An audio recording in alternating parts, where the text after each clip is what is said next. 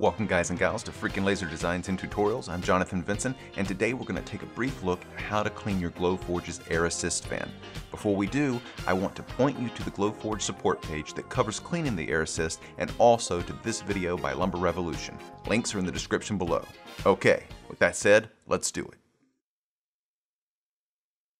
The first thing we're going to want to do is remove the CRUMB tray.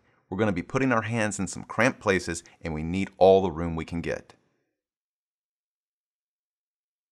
After we've removed the CRUMB tray, we're going to need to remove the printer head from the carriage plate by pulling up and out. Disconnect the printer ribbon and move the carriage plate to the center of the printer. It's now time to unhook the drive belt. To do so, get a 3mm hex key and insert it into the small round pulley on the right side of the printer. You'll need to turn the hex key forward to loosen the pulley. Once the pulley's loose, you can shift it to the left to create slack and remove the right side of the belt. The left side will come off with little effort. After the belt is disengaged, it's time to remove the carriage plate. This can be done by pulling it toward you and then pushing it down. Here's another vantage point of the same process. Once the plate's removed, it's time to clean the fan. I suggest using a can of CRC QDR contact cleaner. It's quick drying and safe for plastics. If you have swabs or wipes available, you may want to use those too to help clean the fan. I thoroughly saturated and cleansed the fan before setting it aside to dry.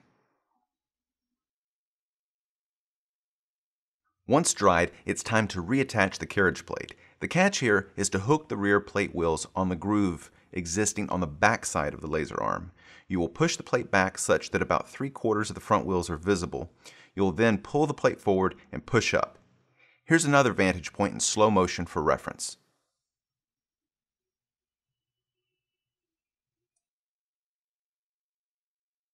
Once the plate's in place, it's time to reattach the drive belt. To do so, slip the belt on the left pulley and then make your way to the right pulley. Slip the belt on the right pulley. Now push the pulley to the right to create tension on the belt. While doing this, insert the hex key in the pulley bolt and pull the hex key to you to tighten the pulley in place. As you can see, this is the most difficult task involved in this project, and it's really not all that difficult. Only if you have fat fingers, like me.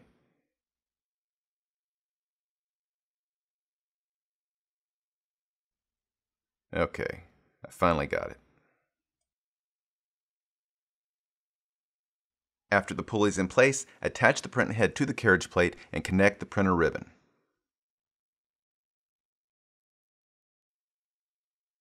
The last thing to do is insert the CRUMB tray and close the bottom and top lids to your Glowforge. That's it. You're done. And we're done. Take care and happy cleaning.